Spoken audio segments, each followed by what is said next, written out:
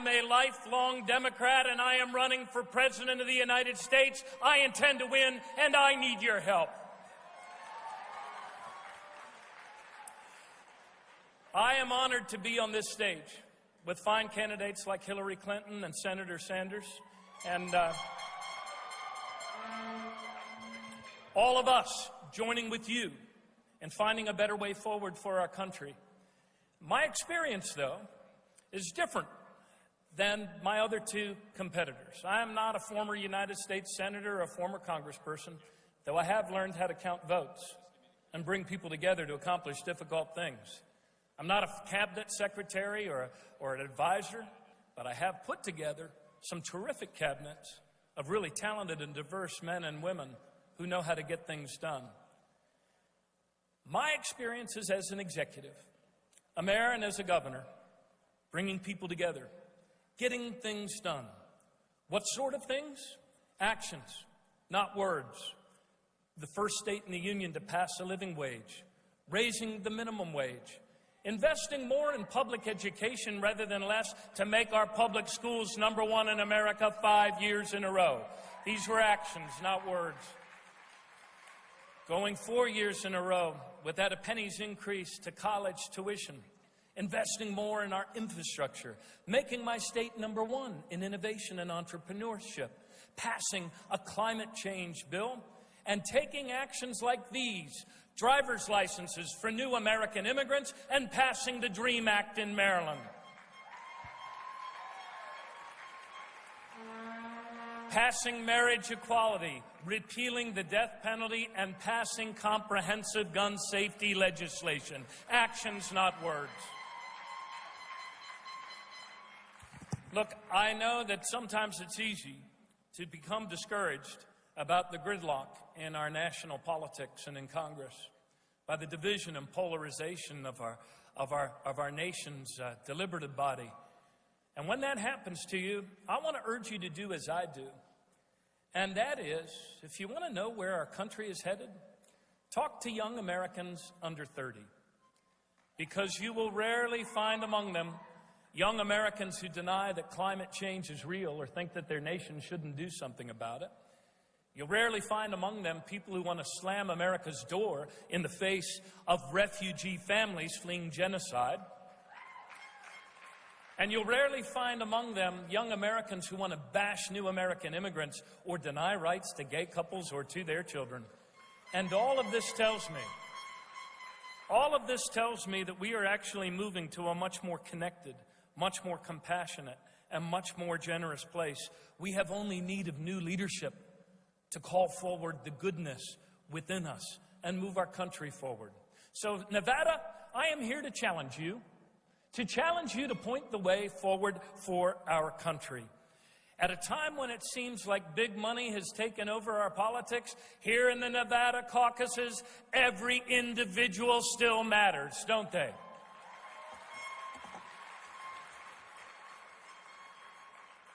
So I want to share some thoughts with you tonight about our country, about where we need to head, the actions we need to take to move us forward. You know, one of the most important lessons I learned about our country and about the American dream that we share, I learned when I was 17, and I was working in a restaurant, and I saw this new American immigrant man. His name was Miguel. And Miguel, without him, that restaurant would not function. I mean, this guy was there early, opened up the place, humping kegs, bussing tables. I watched him working tirelessly night after night, the heart and soul of the place. And at the end of one long night, I remember asking him, I said, Miguel, how is it that you work so hard? And instead of answering me how, he told me why in 3 very powerful words. He said, for my daughter.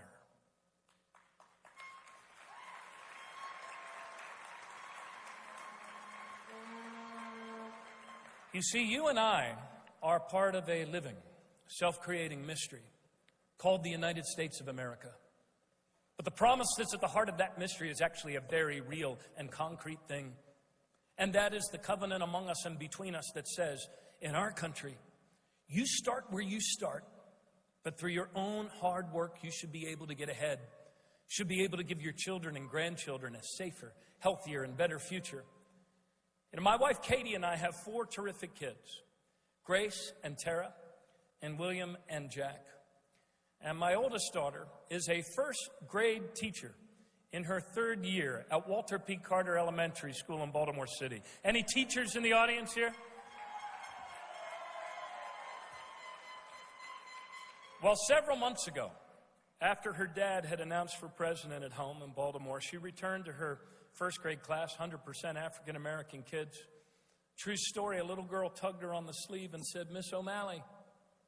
The little girl's name was Sabina. She says, "Miss O'Malley, I'm not so sure about this idea of your father running for president. Because quite frankly, I kind of like Barack Obama." Well, a lot of us like Barack Obama, right?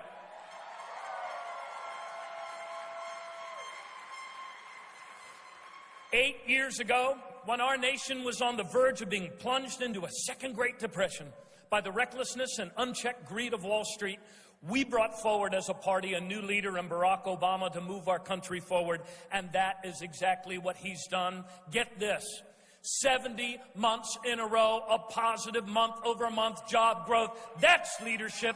That's Barack Obama. That's the new leadership that our country needed. And now it's up to us. And now it is up to us. We must build upon President Obama's legacy, or surely we will backslide into a very bad detour. What am I talking about? Forget about a hidden agenda. The Republican candidates for president openly promise to take us backward.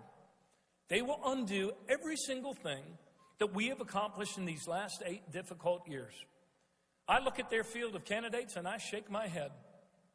I'd like to say that Donald Trump is the most outrageous and unqualified person ever to run for president. But really, that's not fair to Ted Cruz.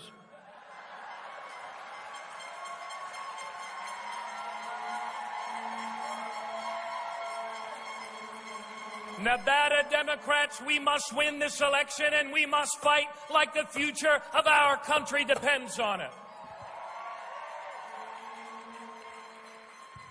Because those guys can have their fear, and those guys can have their anger. But I know that there is more that unites us than divides us. And there is nothing so divided about our nation's politics that new leadership and our love for one another cannot heal. This is what we can agree on. No American family who works hard and plays by the rules should ever have to raise their children in poverty, should they? But unfortunately, some billionaires would disagree with that.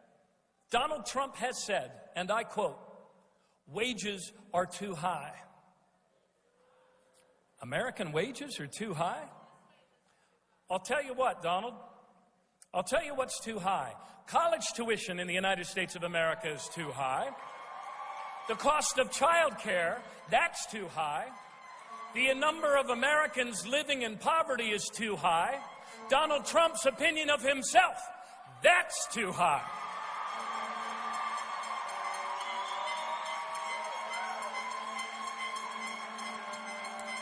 No.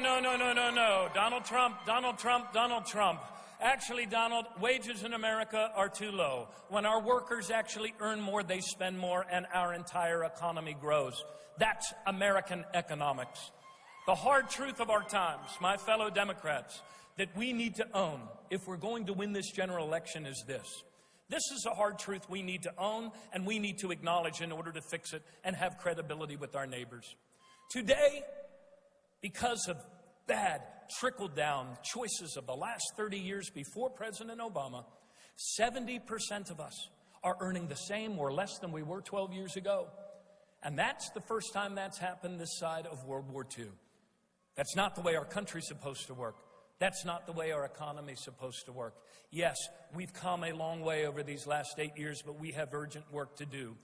And while this eagle flies best when both its left and right wings are actually working, the truth of our times is also that only the Democratic Party, the party of Roosevelt, the party of Kennedy, the party of Barack Obama will make our economy work again and make wages go up for all Americans. That's the truth of our times. The formula of our success is that in every generation, we square our shoulders to the challenge of our times, we make our country stronger, and we take actions, not words, but actions, to include more people more fully in the economic, social, and political life of our nation. Therefore, with new leadership, we must raise the minimum wage to $15 an hour, however we can and wherever we can.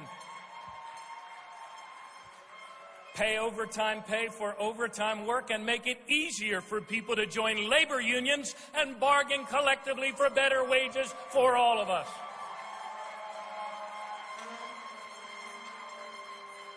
Equal pay for equal work for men and women and paid family leave in the United States of America. These are the choices that move us forward.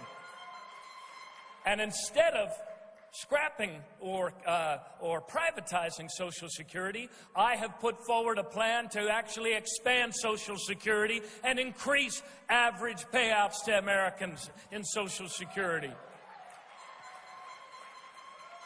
We want to get wages to go up rather than down?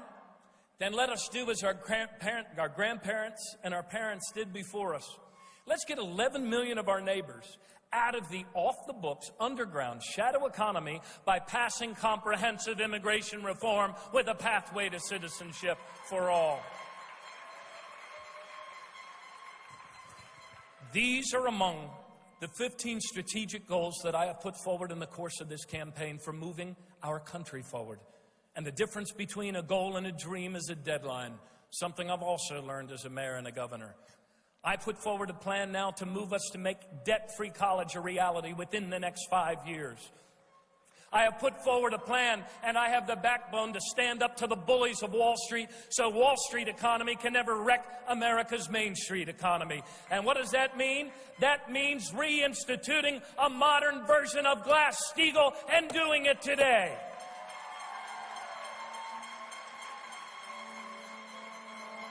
Making national service a universal option for every American kid, eradicating childhood hunger in the next 5 years. These are the ambitions that are worthy of a great people. And another one of those goals is this: to cut in half the number of Americans who die from guns and gun violence in the United States.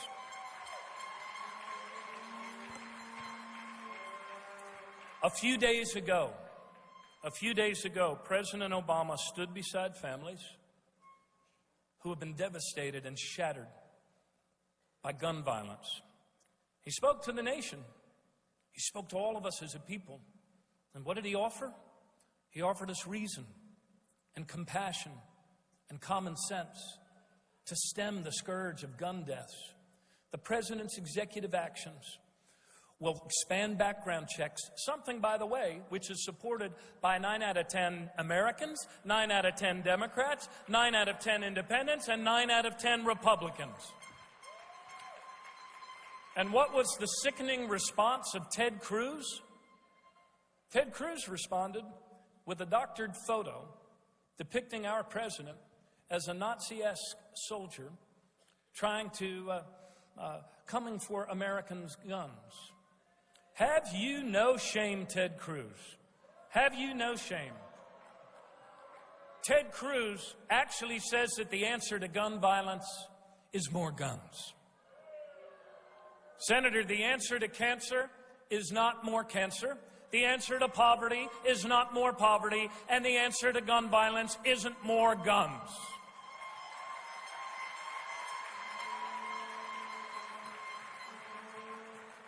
In my own state, after the slaughter of all of those innocent kids in that classroom in Connecticut, I brought our people together to pass comprehensive gun safety legislation, including a ban on combat assault weapons. And you know what? We didn't interrupt a single hunter's hunting privileges or hunting season. In fact, I've never met a self-respecting hunter who needed an AR-15 to down a deer. Have you? With new leadership in Washington, we can save American lives. Universal background checks, banning the sale of combat assault weapons, holding gun makers and gun sellers responsible when they arm criminals. Because one American life is worth more than all of the gun sales in America.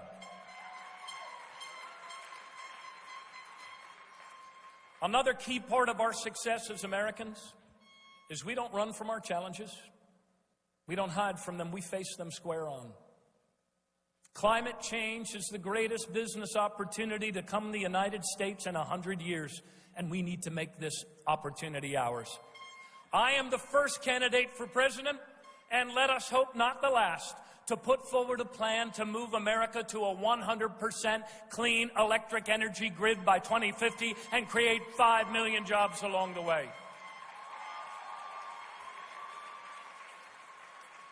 And make no mistake about it, a clean energy future is a future with more jobs and more prosperity, not less. And yet here in Nevada, that cleaner, more prosperous energy future is under attack, isn't it? You guys have made such tremendous strides. You made your state #1 in solar power. But now look what has happened. Instead of celebrating that accomplishment, instead of building on it to create even more jobs and show the way forward, your Public Utilities Commission has imposed outrageous new fees on everyone with a solar panel. Get this, homeowners, schools with solar panels creating clean, green energy will now in effect be paying to subsidize carbon-belching coal-powered plants.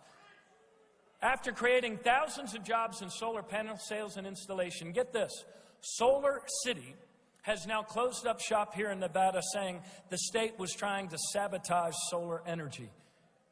We can't afford to sabotage our children's future any longer.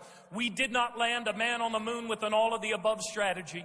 It was an engineering strategy. And so too is the imperative of America's clean energy future.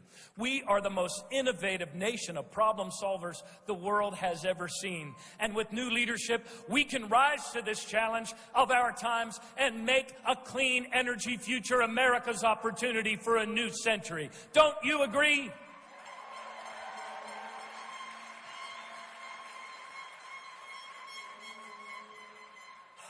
Because our diversity is our strength. And we are a nation of nations, a pluribus unum, from many one.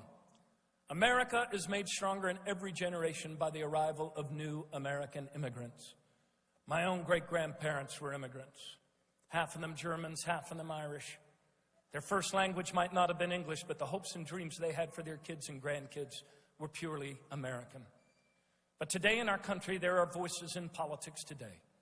Loud, angry voices of division, voices of fear, voices who would question our common humanity, demagogues who incite hate and try to pit us against one another.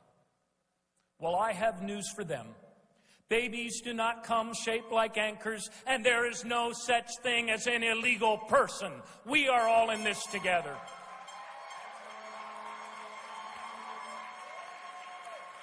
We are all in this together. And almost all of our people have come here over land, over sea, and to come to our country. We are a nation of immigrants, yes, and we wouldn't be a nation otherwise. And I'll tell you this, if you ever want to talk to someone who believes in America and who believes in the American dream, talk to a new American immigrant who has risked it all to come here.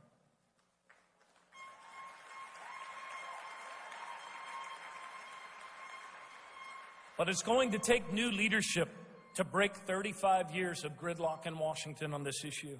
This is not merely a constituent issue. This is an issue about who we are as a people, the sort of economy we would build, the sort of country we would give to our children. And with new leadership in Washington, we can provide immediate relief to the millions of new Americans whose hopes and dreams have been dashed time and time again because of gridlock in Congress. It is a national disgrace that we now, as a nation, maintain the largest system of immigrant detention camps of any nation on the planet. And with new leadership, we must shut them down.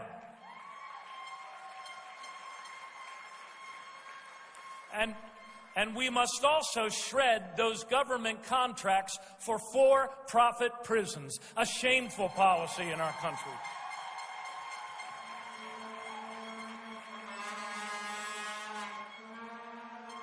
In the last few days, over Christmas, immigration officials launched, here in our own nation, nationwide deportation raids. At Christmas, Jesus himself was a refugee child fleeing death gangs at Christmas. These nationwide deportation raids are now terrorizing hundreds of families, waking them up at dawn.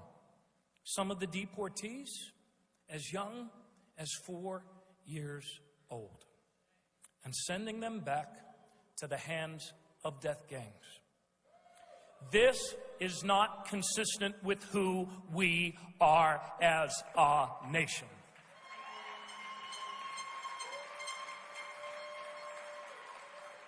We don't make America stronger by breaking families up. We need to stop ripping families apart and once and for all put an end to these mindless deportation policies. The answer is not to deport mothers and children who walk thousands of miles to ask the people of the United States for refuge.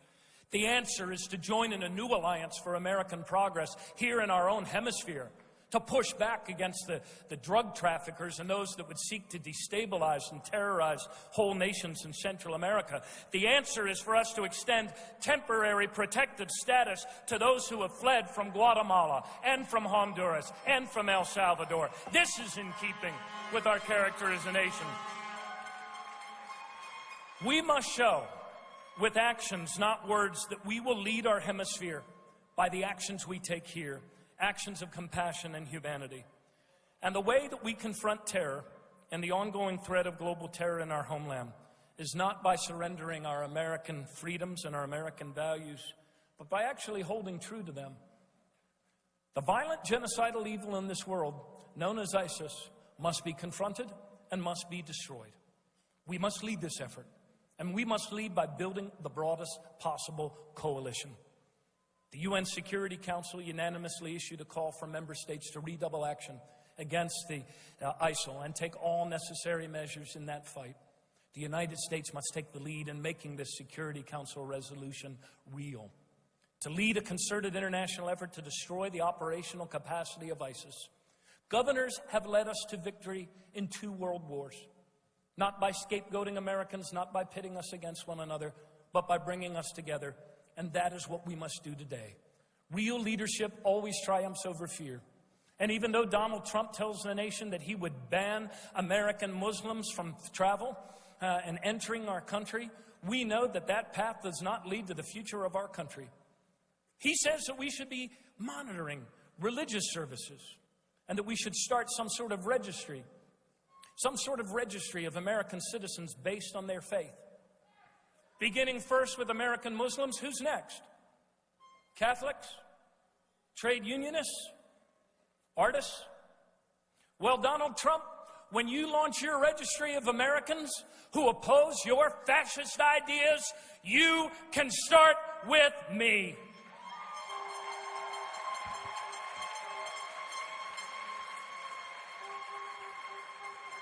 For this much I know, we will never surrender what it means to be an American to terrorists or to the fascist appeals of demagogues like Donald Trump, will we? The enduring symbol of our nation is not the barbed wire fence, it is the Statue of Liberty, and we need to act like that. And so it is, my friends, in this year of decision, Nevada has a historic role to play in crafting the outcome of this race. Nevada has a role to play in bending the arc of history forward. You know, sometimes there are people who say to me, Governor O'Malley, you've got a tough fight. Well, you know what? I kind of like a tough fight. I've always been drawn to tough fights. I didn't run for mayor of Baltimore because things were going great in our city in 1999. I didn't lead my state through these last 8 years in easy economic times. But I fought to save every house and every job I could. And to those who sometimes say to me, you face a tough fight, I look back at them and say, you know what? There's a lot of people who say that you face a tough fight too. Being able to give to your children and grandchildren a better future than what your parents gave to you. Well, I think the toughness of the fight might be the way the hidden God has of telling us we're actually fighting for something worth saving. Our children's future is worth saving. The American dream is worth saving. Our country is worth saving, and this planet is worth saving. That is why I am running for President of the United States. I need your help, and I'm asking you to choose new leadership. Move our country forward. May God bless the people of Nevada, and may God bless the people of the United States of America in our journey forward together. Thank you all very, very much.